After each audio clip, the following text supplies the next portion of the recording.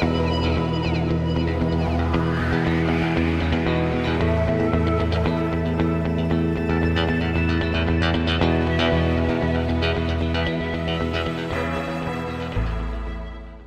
and welcome to the Success Showcase. I'm your host, Eric Lopkin from the Modern Observer Group.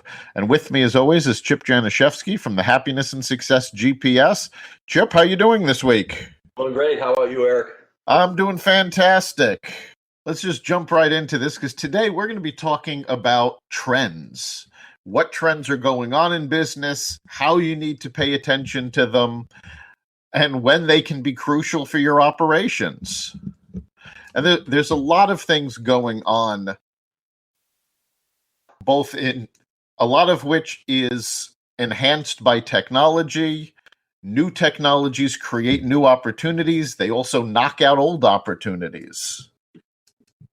And the way people work is changing. Right now, we're in the middle of a large-scale change where economists are predicting that by the year 2040, the largest companies on the planet will only employ as full-time employees less than 1,000 people each. And everybody else will be contractors and consultants going from company to company on a project-by-project basis. Now, that completely turns on its head the traditional means of working. I mean, we've known for a long time that the world no longer exists where you get out of school, you go to work for a company, you stay at that company until you retire. That's already gone by the wayside. But now people are going to be jumping from company to company, doing one job for multiple employers, basically on a freelance basis, but they are each going to be their own employer. They're going to be their own company. And we've already seen things like this starting with the gig economy. Yeah, it's a natural progression, obviously, these days because of tax laws and carrying costs and overhead and that kind of thing, because a lot of companies, especially the ones that haven't kept up with modern technology and the trends, are downsizing big time. And if they have to have services fulfilled, they have to do that kind of thing. And on the other hand, you got taxes all over the US and all over the world really just going up on corporations. So what they need to do is keep lean and mean, and profitability is a huge thing on them too. So it's really going to be a shift, not only in the way corporations operate, but as far as the training that you need to do, and also your own marketing of yourselves to go out and find these opportunities and get them yourselves, because there's so many different ways to do that right now also. Certainly. And again, as each of us has to take responsibility for our own jobs, we'll each become a business where we'll have to market ourselves and manage our finances, manage invoices. And all of these things are things that we need to pay attention to. Your health insurance, your retirement benefits, they're all going to start falling on the individual as these companies downsize. Now, a lot of people look at that as horrible news. Oh my God, we're going to have to be responsible for our own benefits and all of this we're going to have to do ourselves. We're used to having companies do that for us. There are also upsides, because as this happens, you're no longer chained to a desk 40 hours a week or 60 or 80 hours a week. You get to choose your own hours, choose where you work. So there are trade-offs. You have a lot more responsibility, but you also have a lot more freedom. And that's really where things are going.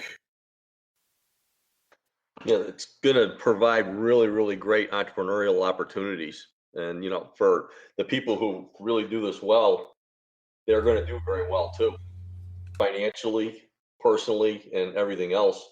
Whereas the other people, they'll find places to work and so on and so forth. But it's going to be very, very interesting to watch. And you're going to have to do a lot of collaborating, and the services that you're providing for other people. I'm sure there's going to be people out there who are providing services for entrepreneurs so that they don't have to worry about stuff such as accounting and health benefits and so on and so forth. That's going to spawn new ways of doing things that way too, as far as providing services for home businesses as opposed to corporations. Right. And we've already started seeing a lot of this with the gig economy. So where people used to have to hire copywriters on a full-time basis, now there are websites like Fiverr where you can go on, hire a copywriter, hire a graphic designer, whoever you need for one project. You give them you can look through their profiles, you give them the details of the project, they come back to you with the cost. And it's all done one-on-one through these collaborative websites. By the same token, people are finding jobs that they never thought existed. People are making a lot of money driving for Uber and Lyft. They never thought they would be a taxi driver, but that's essentially what they're doing. But the new technologies have made it so much easier for them to do it. By the same token, Airbnb allows people to rent out a room or their home for vacations. It's opened up new possibilities for them that they never really thought about before. Yeah, technology has really, really changed, and it's going to be changing with lightning speed moving ahead. So things that you normally had people help you out with, such as travel agents and so on and so forth, all this stuff is available online. It's not that they're going to disappear totally, because there's still some really, really good ones out there, but there's so many different resources that are available online for you to do really anything you want. All right, and that trend is actually moving offline as well, where I know McDonald's, Wendy's, Panera Bread, and a couple of other fast food chains have already announced that they're adding tablets to their stores so that when you walk in, you go up to a kiosk, you put in your order, you customize it the way you want, you pay through the tablet, and somebody brings you your order. So you're going to be seeing a lot fewer of what used to be considered entry-level jobs, because these are being replaced by automation. Yeah, and again, what that's going to do for places like that, it makes it easier for you walking in the door, but it's also going to lower the overhead for those establishments and thus drive up their profitability by doing that. Right. And it also creates an entirely new category of work. Because as more and more of these kiosks are in place, as more and more of the automation is in place, you need people to program them. You need people to maintain them, to fix them. So you're having a whole new area that used to be considered, difficult to get into, programming and IT. I've actually seen articles talking about how programming and code work is the new blue-collar job.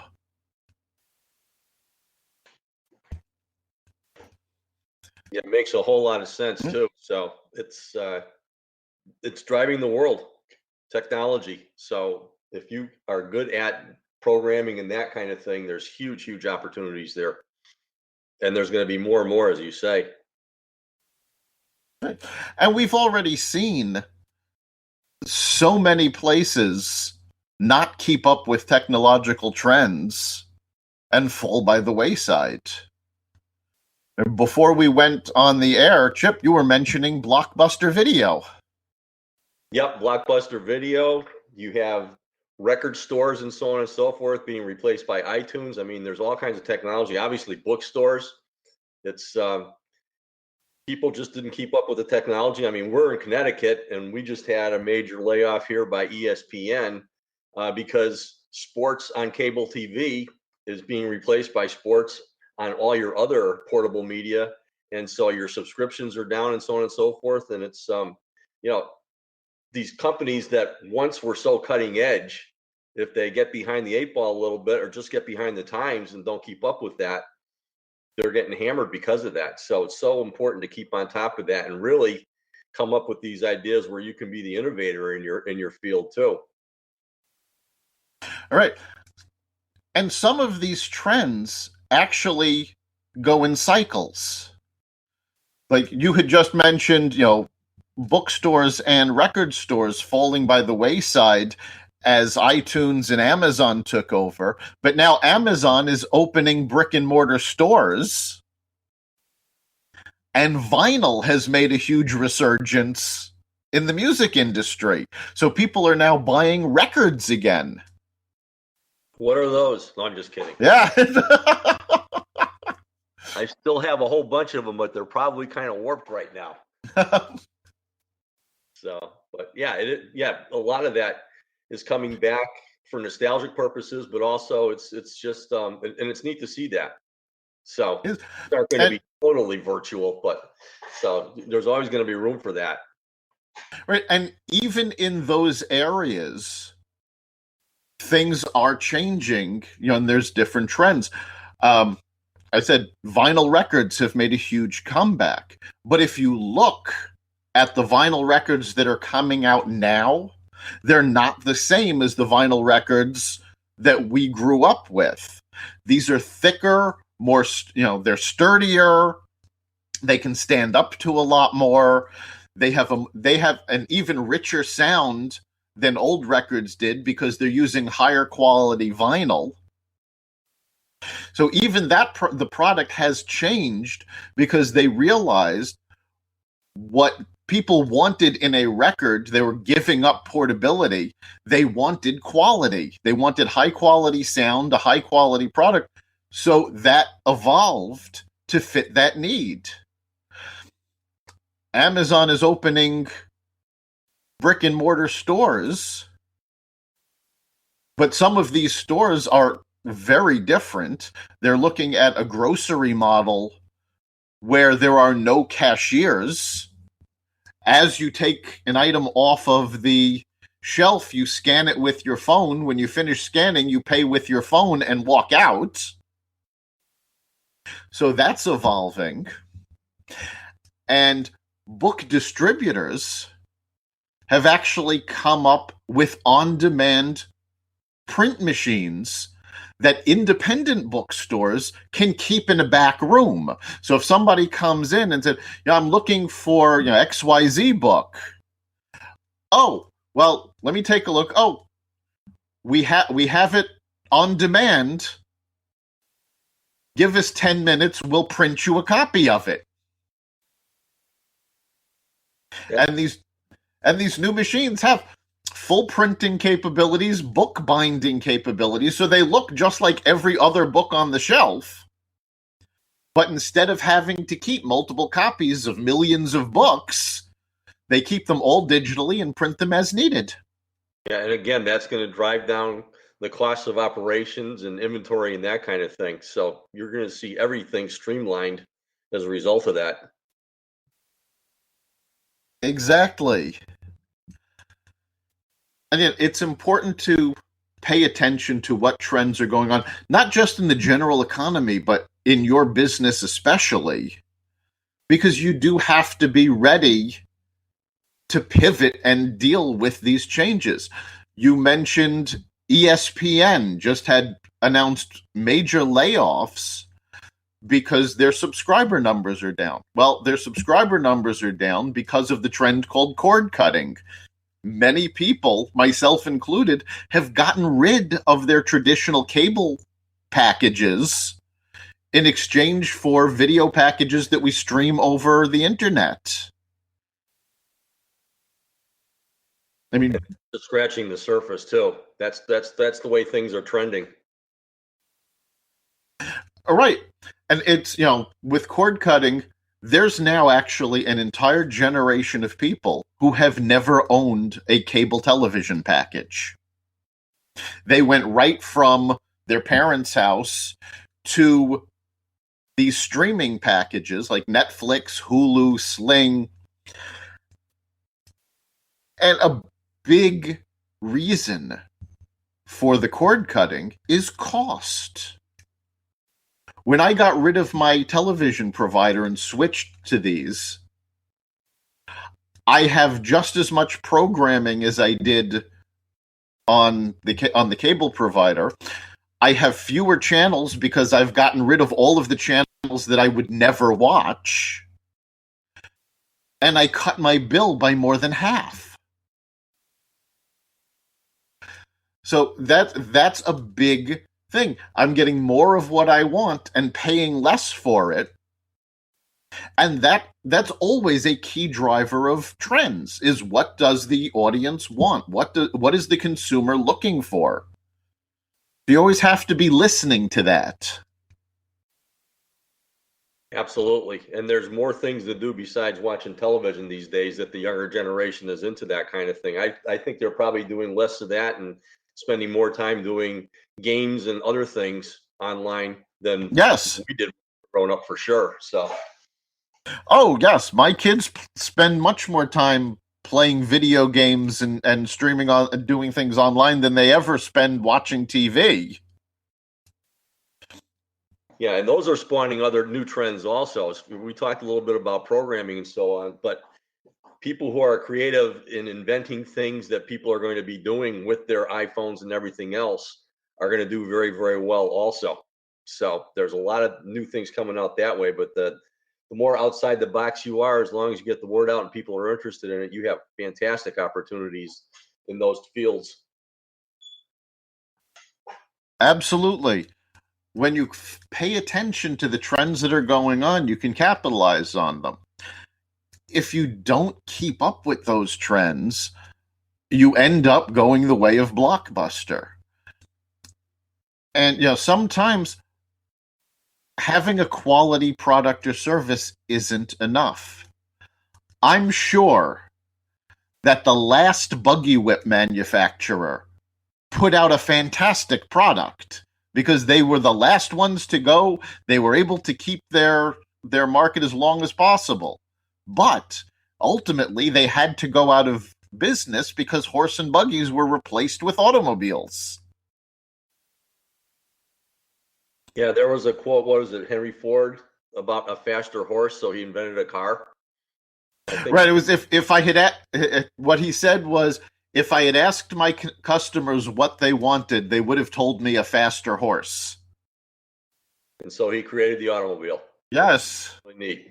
Yep, I mean, I use that quote in my talks all the time when you're talking about innovation.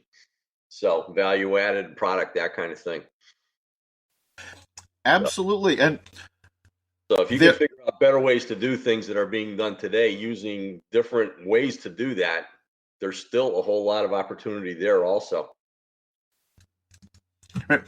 And there are companies who have survived doing all of these, following all of these trends and jumping from item to item. Nintendo is a fantastic example. When you say Nintendo, everybody thinks video games. That's what they're known for. But that's what they're known for now. The Nintendo company is over 100 years old. When they started, video games weren't even thought of. But over the years, they've moved from trend to trend. At one time, they were a playing card manufacturer. I think they grew rice at one point in their history. So they moved from completely unrelated businesses to end up in video games. And I have no doubt that if game consoles ever become completely obsolete, they will move on to something else.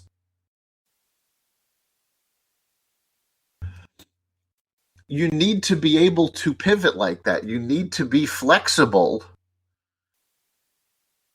because we've actually hit several times, and this happens more often now, where an entire product category vanishes. It used to happen once every 100 years, once every couple 100 years. Now it happens every couple of years because technology moves so quickly. So we really need to be paying attention to what's going on. And something that actually hinders our ability to pay attention to trends and follow trends is getting caught in an echo chamber. And this happens a lot on social media. It happens with traditional media. But it's about where you're getting your information. People have a tendency to talk to people with the same point of view. They listen to news from news outlets and media outlets that reinforce that point of view. It is incredibly important to break out of these echo chambers and look for that new item, that new trend. Yeah, it's important to do that, not only for advancement that way, but also for your person. Because if you get stuck doing the same thing every single day and getting down in a rut because of that, that's not good either. So if you're just doing the same thing on a day-to-day basis, floating in the world, you don't have any chance of advancing, not only professionally, but personally also. So it is really important to explore all the different options that are out there and get input from different sources, whether you agree with them or not. That's the only way you can stay on top of things. You're right. It's important to look forward, but it's also important to look back. A lot of changing trends right now are being driven by the emergence of millennials and how millennials work, and they have different beliefs, different processes than the generation before them. So you need to pay attention to what they're doing. However, you also have to look back, because if you listen carefully to a lot of the trends that millennials talk about, how they want to see things change, what they want to do with their lives, they're almost identical to the movements in the 60s. So by looking back and seeing what happened, you can get a decent predictor of what's going to happen. Now, it's not going to be identical. Things always change. But the general trends will follow the same general patterns as they repeat themselves. So if you can look at what happened the last time the trend hit, you've got a good idea of what's going to happen the next time the trend hits.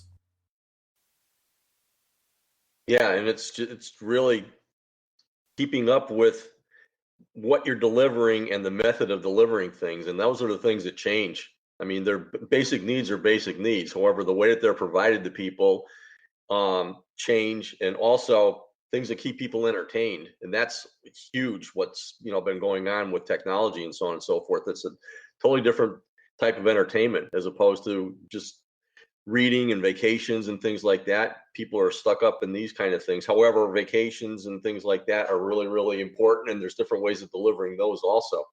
So all kinds of things are available out there. But you're right, everything kind of recycles. It's just in different ways of delivery. All right. I mean, in the 60s, independent newspapers were huge. Well, this has been replaced by YouTube.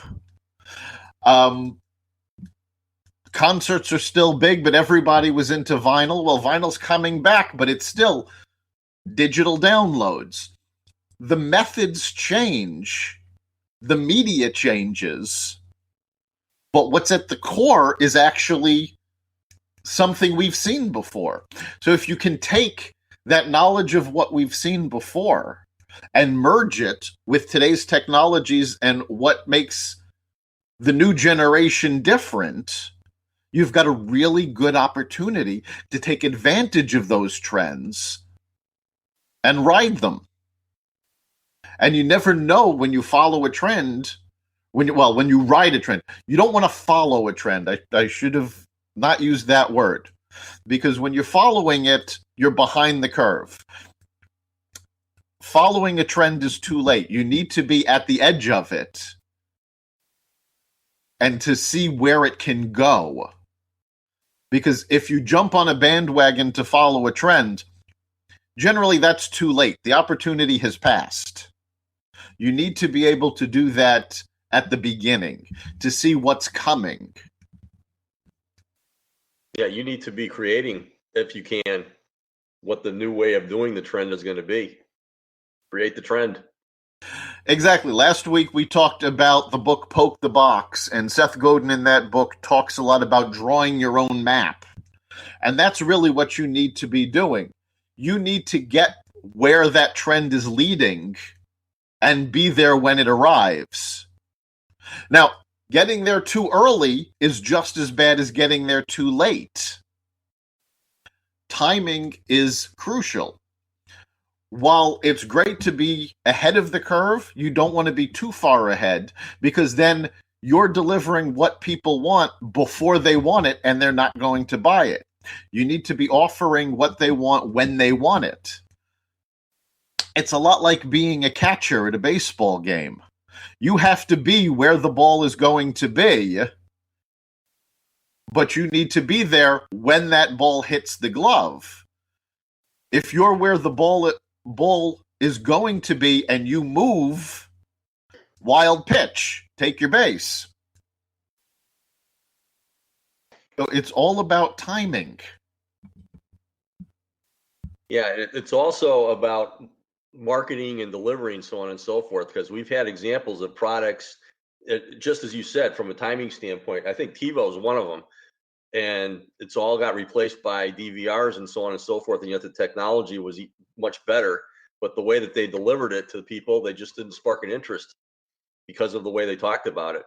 So it's really marketing, and is still going to be all about arousing a need or a want in the people out there. So it's really important to keep that in mind when you're coming up with these ideas, because if you can't deliver them properly, no matter how good they are, people aren't going to catch on. All right. Back in the 90s, I used to have a service called Pointcast. Now, I loved this service. Basically, what it was is on my computer screen, it delivered news headlines in a banner across my screen. It gave me all sorts of information. I could get sports scores, I could get news headlines, I could get stock prices, everything streaming to me live. The problem was that in the late 90s, nobody had broadband. So you were connecting to this on a dial-up modem, and the technology was too slow for what they were trying to provide. Now, we've got apps that do all of this on our phone. Pointcast has long since bit the dust because they were too far ahead of the curve. They saw a need, but the technology wasn't ready for them. And by the same token, you need to be able to adjust. Netflix, remember, started out delivering DVDs. Because at that point, you couldn't deliver the video reliably online. People didn't have fast enough connections. As the technology came forward, Netflix moved their service online. Now, you can still get DVDs, but very few people do through Netflix. In fact, I had gotten an email from them about the DVD service. I had completely forgotten that they offered that service. I had forgotten about it until you brought it up again. So you need to fill a need, but you also need to do it when the need exists and when the capability exists for you to do so. And even as you do that, you have to be able to pivot. Well, we're just about running out of time. So, Chip, what do you think is the big takeaway you want our listeners to have this week? I think, using last week's term, you got to poke the box. You got to keep on top of things, and you got to respond accordingly. Absolutely. That's very important. My takeaway for this week is that you need to be aware of what's going on. You can't take advantage of a trend if you don't know what's going on. Keep up with your industry. Keep up with business in general. Read. Keep learning about what's going on and stay up to date. You've been listening to the Success Showcase. You can catch us here every week at blogtalkradio.com/Success Showcase. We're also available on the iTunes Store and the Apple Podcasts app. Remember, make this week your best week ever and make next week even better. See you then.